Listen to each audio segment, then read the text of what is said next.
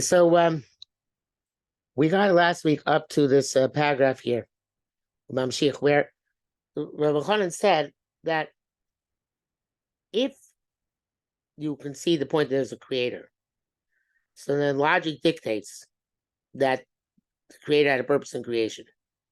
And logic dictates that he must have revealed that purpose to either some person or some nation. And therefore, if you have the capacity to do so, you would want to research. Is there such a person? Is there such a nation who claims that God gave him the directions? And in fact, you would find that there is such a nation, the Jewish nation. And that you would know that the Jewish nation is actually the only nation which claims to have had a direct encounter in its totality with God, which we call Mount Sinai. So therefore, what you conclude also is that Judaism must be the most authentic religion. All other religions don't have that kind of claim for a massive revelation at the beginning of their establishment. So therefore, Rabbi Chanan is saying, even though all I still prove to you on the basis of complexity of the world is that there must be a designer for the world, unless it also follows that because the world is complex and it had a designer, that designer had a purpose, and that he would have revealed that purpose. And then if I look for who had the purpose revealed to them, I'll find the Jewish people. And so he said, of course, till relatively recently, a person living in a distant island in the Pacific or above the Arctic Circle had no way of finding that out because they couldn't go travel and explore and find out all these things. But were they able to, they'd be required to do so. And in our day and age, we'd expect them to do so. And if they, what they're held accountable for is not trying to find that nation to which that God revealed himself. And Rabbi Chanan goes on, Umamshich, ha-mitzvah lamin, the mitzvah to believe, who lo shagbi adam es tabosav al ushalo yagbi adam es tabosav al sichlo. Now, there are many interpretations in the Rambam's mitzvah to believe. And of course, but Rabbi Chanan is giving his own interpretation of the Rambam to explain how could there be a mitzvah to believe, because last week he asked, either you believe or you don't. If you do believe, why do I have to command you to believe? If you don't believe, how can I command you to believe? So now Rabbi Chanan says, so what is the mitzvah lahamin? A person should not let his desires overwhelm his intellect. And then Emunah is going to flow automatically. Even to a boy who's 20 years old or a girl who's 12 years old. You don't have to, it doesn't require great efforts to get Emunah. But just to remove those things which cause you to lose Emunah. And Emunah will come its own. So, even a non-Jew who has very coarse or limited intelligence, nevertheless, he has the capacity to realize so that the world testifies God created it. Zeh pashut ma'od. And this is very simple. Why? Because I just said a few moments ago, he's repeating himself in the last paragraph. Every activity which is done by a person who has a brain is done for a certain purpose. So God had an amazing brain to create this creation. He must have done it for a purpose. Since the creation came into being by the Creator, yeah, it must have a purpose. And he says, don't think. A drunk person can't rationalize and say that he thought the person, a drunk person, a person who's a drunkard, who's addicted to alcohol, can't come and say, well, yeah, I know why the world's created. The world's created so I can be drunk, right? Doesn't work. No. It must be that the purpose is not to get drunk. You wouldn't need such an elaborate world if the purpose of the world is to get drunk. It must be that to do the will of the Creator. A person has to figure out, research what's the Ratzon Hashem. And if he doesn't do that, he's being punished for that. So Lamin, according to Rebbe Chanan, Lamin means not to let your emotions and your personal interests cloud your perspective and take you away from Emunah, which is really quite simple. And also that a person has to make sure that he focuses on that Emunah and takes it further to find what he's supposed to believe in, what the purpose of the world is. Now, so we learn from this explanation, that a person denies God, it's because they are arrogant. They have a proud heart. He doesn't want to accept upon himself a yoke. Most people don't like being subject to authority. So people reject the authority. Sometimes reject the authority and they make up all sorts of reasons why they shouldn't be subject to that authority. And that's what people do when they say we don't believe. They're saying we don't want to be under somebody else's authority. This is their chutzpah. These people want to be masters. I want to say, Hashem doesn't dictate my destiny. I dictate my destiny. Hashem doesn't dictate my decisions. I dictate my decisions. The only way you can say that is by denying Hashem, because otherwise you're subject to many things which Hashem imposes on you. Now, it's an interesting part of Tzuriel makes. He says that there are people who don't believe in God. I mean, some misagim who make an effort and they toil to help others. For example, a famous doctor, Dr. Albert Schweitzer, shiur Africa, went down to the African continent to help people who were born in Africa,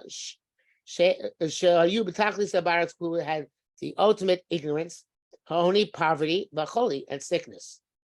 And that's a phenomenal thing. That person is a great humanitarian, a wonderful person. But based on what the Rambam teaches us, such a person is, Rambam calls a chacham, is a wise person, but he's not a person who is a chassid, not a person who's a pious person. Why is that? Because he does it because he decides to do it. The determination which he makes. When a person knows that there's a creator, and he submits himself to the creator, and he does things with modesty, with that he fulfills, that's what's required from him. I mean, it almost says, the person does all the good deeds you can possibly imagine. But the motivation for his activities, because this is what he decided, and this satisfies him, and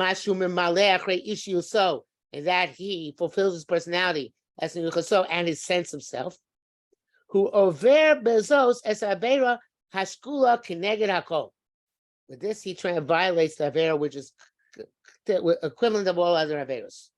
What's that? Klomar puchan atzmi. He's serving himself. In other words, a person who decides to do right and good, not because he's commanded to do it, but because he decides it's good for him right now. He can decide the next day that the opposite is good for him. And he can decide the day after that a third thing is good for him. Because he's not serving a creator who's good and who's telling him what's good.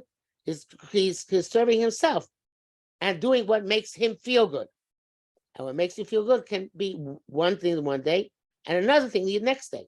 So that's the Rambam saying that a chassid umasolam, somebody who from the non-Jews, who is doing what Hashem wants him to do, he's called a pious, he's called a righteous non-Jew.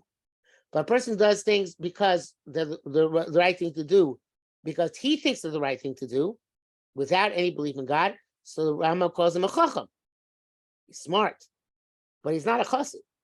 He's not doing things because he knows somebody good or something which is good told him do this because it's good. So because at the moment he thinks it's good, and therefore that could change at any time. Okay. Therefore Chazal prays Gadol HaMitzvah V'Oseh, V'Mi She'eino Mitzvah V'Oseh. Praiseworthy is a person who's commanded to do more than a person volunteers to do. Why? Pirush Hashem Tosfos explains the Misha Mitzvah V'Oseh says somebody who's commanded to do it and does it, adif is better. Because he's nervous and afraid that he might violate what he's supposed to do.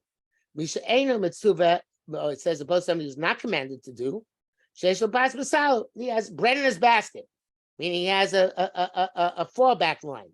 Because he wants he can not do. So basically, the text says that why is Mitzvah V'Oseh better? Why is he higher Madrega?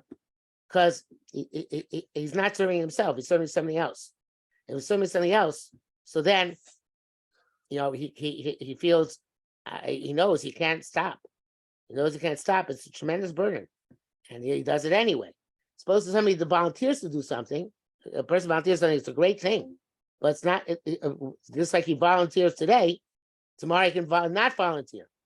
So therefore, he's not serving Hashem; he's serving himself. And that can change at the drop of a pin. L'sikum, in conclusion, to know there's a creator is a basic premise. Everybody can figure it out. Of a Rambam Kasab, but the Rambam says, it's not possible to attain true thinking, true logical thinking, meaning understanding things in their totality. Unless a person has good midos and he's really, really worked on himself. Adam Noach is a person who's calm, a person who's easygoing, and calm. It's a fascinating thing the Rambam saying. The Rambam saying you can't be a true chacham unless you have good midos. So everybody would say, what are you talking about? Many smart people who don't have good midos. Many good people have good midos who are not too smart. But the Rambam is saying big kiddush, but this is in line with what Rebbe Chanan is saying here. That to be truly smart, you have to have good midos, because otherwise you're can twist and turn anything. And you're not going to be necessarily honest with yourself. So therefore, you whatever you say today may be gone tomorrow. Because you're not, it's because you have bad midos, ultimately you have gaiva. You're a proud person. If you're a proud person, you are to make decisions on your own. You're not submitting to Hashem. And that's not true wisdom. So true wisdom, says Rambam, is linked to having good midos. It's a very big chiddush, but it makes sense. Okay, so that all was Rebbe Chanan saying that Emunah is basic. Anybody can come to Emunah because it's like the building testifies there was a builder, the garment testifies there's a weaver, creation testifies there's a creator. And the only thing is that people, because they have vested interests or desires, they are prone to deny that, and that's why they say, so we don't want people to follow their hearts, which will lead them to deny Hashem. Now, here's going to go into a what he calls open sheni, but it's really a continuation of the first way of achieving Emunah, looking at the wisdom which we find in nature. In other words, really, that's the complexity we're talking about. He's giving examples of the complexity in nature which teach us that there's a God. And but before he gets to that, we'll skip a little bit. He says, the name of the Chovos above us, Shiva Chelkei Chachma B'hem Roi L'Adam Achor. So, fundamental to seeing creation as being extraordinary is knowing secular wisdom. If you don't know chemistry, you can't appreciate chemistry. You don't know biology, you can't appreciate biology. Don't know physics, can't appreciate physics. So, is a person required to learn all these things? No. But each thing a person learns gives them an additional insight into, wow, there's amazing phenomena here in creation.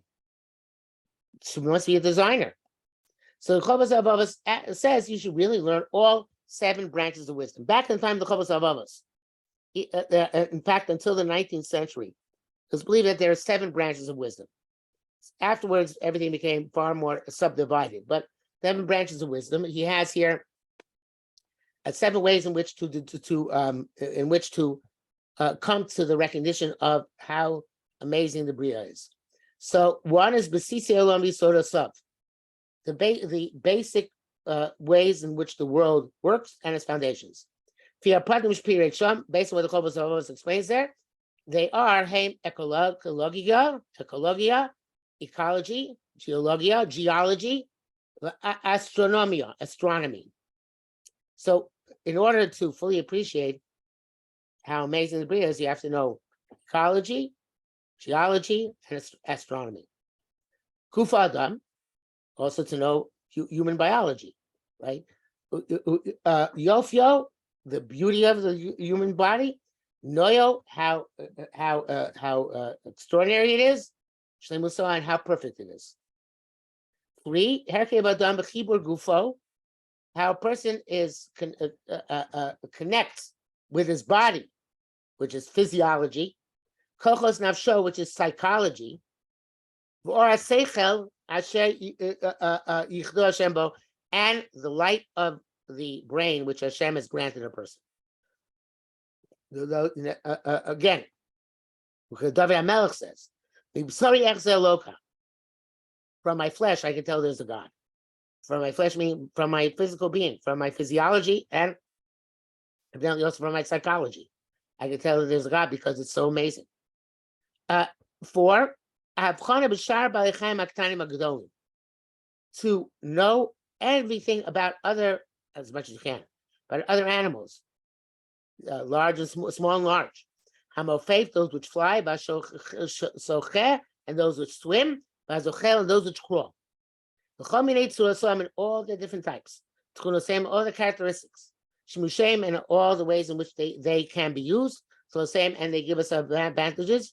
Hayabashti, those which are on earth, on ground, and those which are at sea. Which includes biology, biologia, ornithology, which is the study of birds, and ichthyology. Ichthyology is the study of fish. So the again, the Chovos HaLevavos is saying all these things are necessary in order to appreciate how great Hashem is. You know, how a bird is structured to be able to fly, and what kind of muscles it has for that purpose, how its bones are very, very porous in order that it should weigh less. All these things are amazing things which show how the world was meticulously designed. 5, Avchana b'tzomech, looking at things which grow, botany, but even inanimate objects, things which are minerals and so on and so forth. All these things are tremendous chachma, extraordinary chachma. And there, if you get down to atoms and molecules in atoms, it's even more amazing, which they did not have access to at the time of Chovos HaLevavos, but we do. 6, have chana, to pay attention, be'ikvas hachachma gluim, and to the footsteps, to follow the aspects of chachma, which is revealed mimadoim in sciences, umelachos and labor, umasim and activities. And he says the president each craft in which has a special chachma. You know, there are many people who are unskilled laborers, right? They don't have any particular skill. They just use their physical strength to do whatever they're doing. But there, on the other hand, there are so many different professions and crafts and artisan activity, which requires a tremendous amount of expertise and which is very, very complex. So the person can see from the types of things they do in their skilled work in this world, how the world is a tremendously complex thing. 7, equals hachachma kvius hatoros v'dasos k'yavo b'emes Hashem yisbarach. How wonderful Hashem made the world in making the Torah and other religious principles with which we serve Hashem. It's called theology. B'sham, and there, he gives many details of these things. In his introduction to that shiur,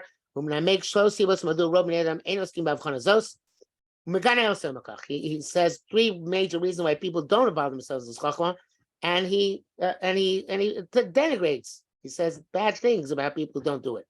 So obviously, we know that a lot of people don't study science because they find it complex, difficult, boring. So the Chovos HaBaba says, I'm not telling you to become a scientist. And he says, this is something which is imperative in order to appreciate the creation. How else are you going to appreciate what Hashem made in this world? And that leads into this very fascinating next section here. This is something which a lot of people come to when they're in high school or base medrash. They get so involved in learning Torah, which is a wonderful thing, that they say, well, learning science, learning any secular studies is bittul Torah. Why should I have to learn all this stuff? I just want to learn Torah. Right? Maybe it's bittul Torah to learn or science or math or anything like that. So Kamur, so he says, as stated, there's no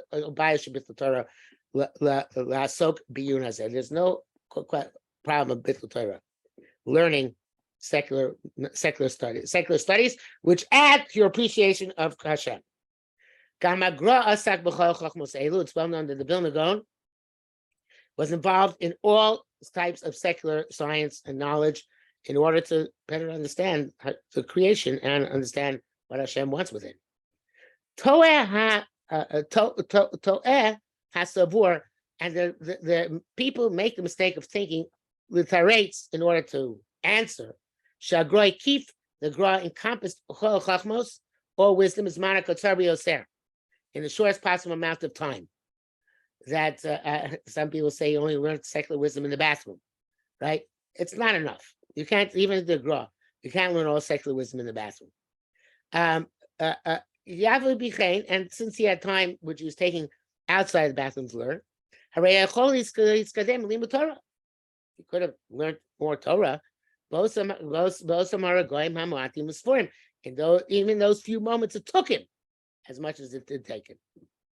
But Rambam also holds that learning secular studies in this respect, it's part of mitzvah b'ahavas Hashem. How can you love Hashem? You love Hashem by knowing what amazing creation He made. But he says, you know what? Of course, you have to distinguish between types of Torah. We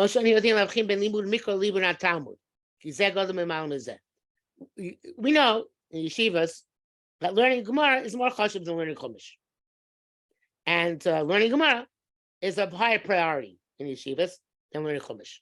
Should it be that way? It's a separate question, but we know that that's the way it is, right? So, is it bittul Torah though to learn Chumash? No. Obviously, even though learning Gemara is more significant for whatever reason, stuff learn Chumash. You don't call it bittul Torah. It's just you give more emphasis to learning Gemara, but you gotta learn other stuff also, Chumash, Musar, whatever it is. So that's he says.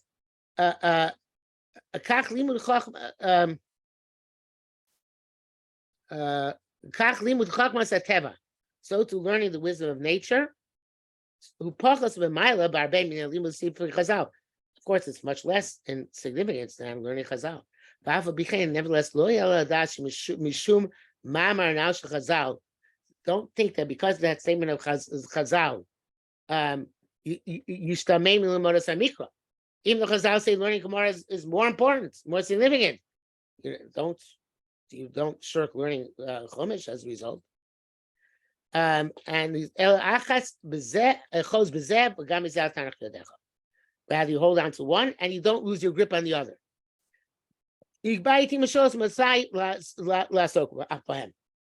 And just like you set up time to learn Chumash, you also set up time to learn secular wisdom, science, which brings you to the knowledge of HaKadosh Baruch Hu.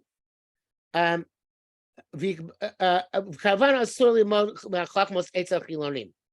he says you should not learn science and math and all those things by non-religious Jews. Who, because the Yitzhar team, they distort Mekhalkalim and ruin Esamis. They don't learn in a way which bring you to Yiras Shamayim. The fact that not all our secular teachers are religious Jews in schools is a pity. It's a shame, because really, if they're taught properly, all secular wisdom should bring a person to higher levels of Yiras Shamayim, and that's a purpose to learn them. So therefore, you should try. It says you should try and avoid learning them by non-religious Jews. So therefore, it's best to learn things out of books and not from teachers who are not appropriate teachers. Okay, so now he goes into examples of what you see in nature, which gives you a realization there must be a creator. So we're just going to be able to try and do the first example tonight, which is really the best example. I think it's a phenomenal example. I love this one. Okay, an astonishing anomaly, so abnormal about water. How do fish in cold climates survive? Each and every year, when the winter comes, the surface of the oceans, the seas, the lakes, in cold northern countries, become a layer of ice.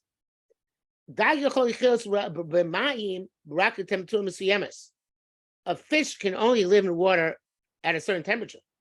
Not when he's frozen solid in a block of ice. But see, it's an amazing thing. Ice in a pond, in a lake, in a river, in an ocean, only forms on the surface of the lake or the body of water. Underneath, it remains water, and the bottom of the lake never freezes. The how's this?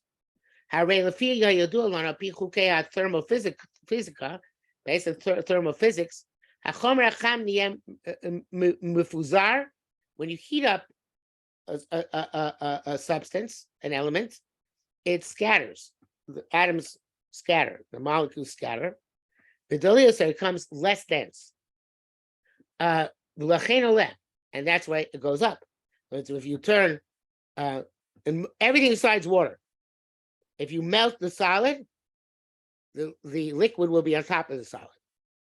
If you take the liquid and turn it to gas, the gas will be on top of the liquid, because it's less dense the hotter it gets, and less dense, it's less mass. It's going to float. It's going to be lighter than what's below it.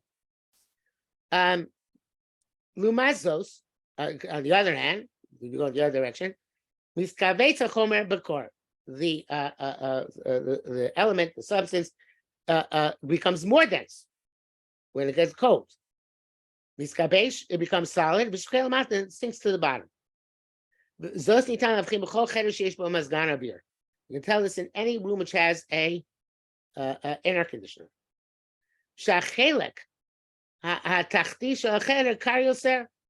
The lower part of the room is colder because cold air is heavier. It sinks.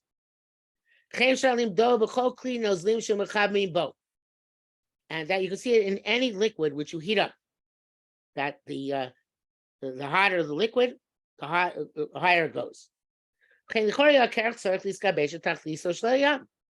if that's the case, ice should form at the bottom of the sea because it's the solid form of water. It's more dense than water. It should be, but it's not.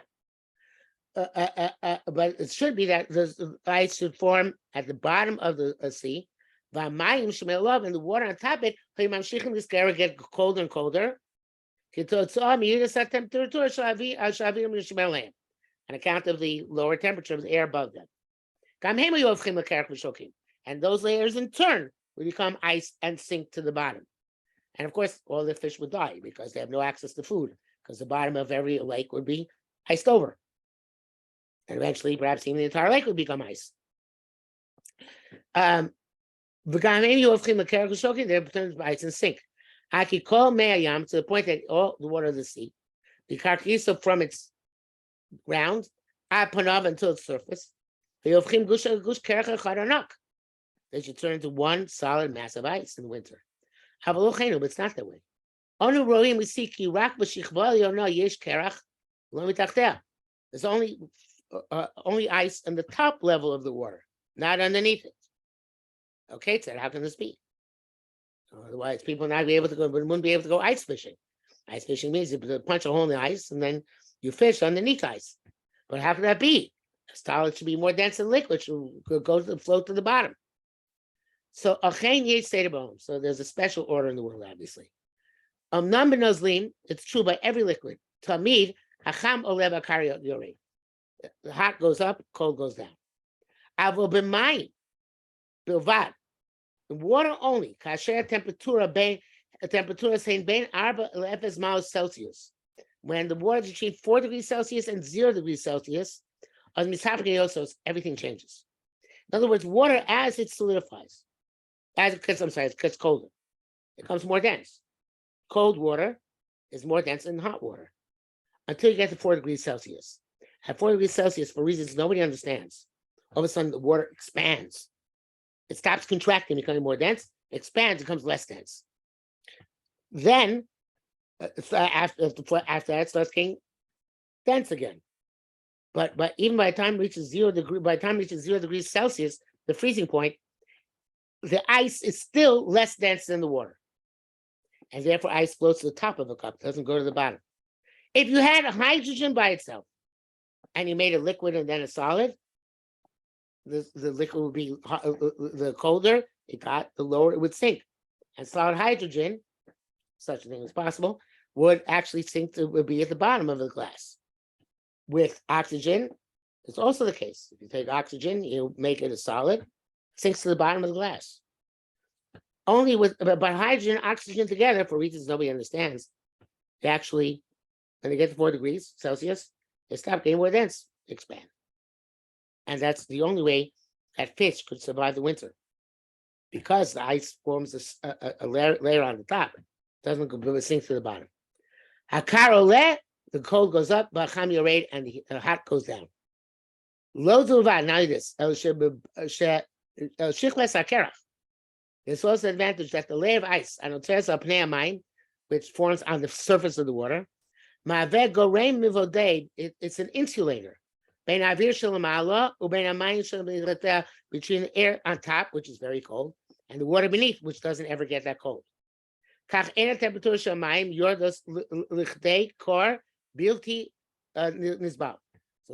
temperature of water never gets down to unbearable cold.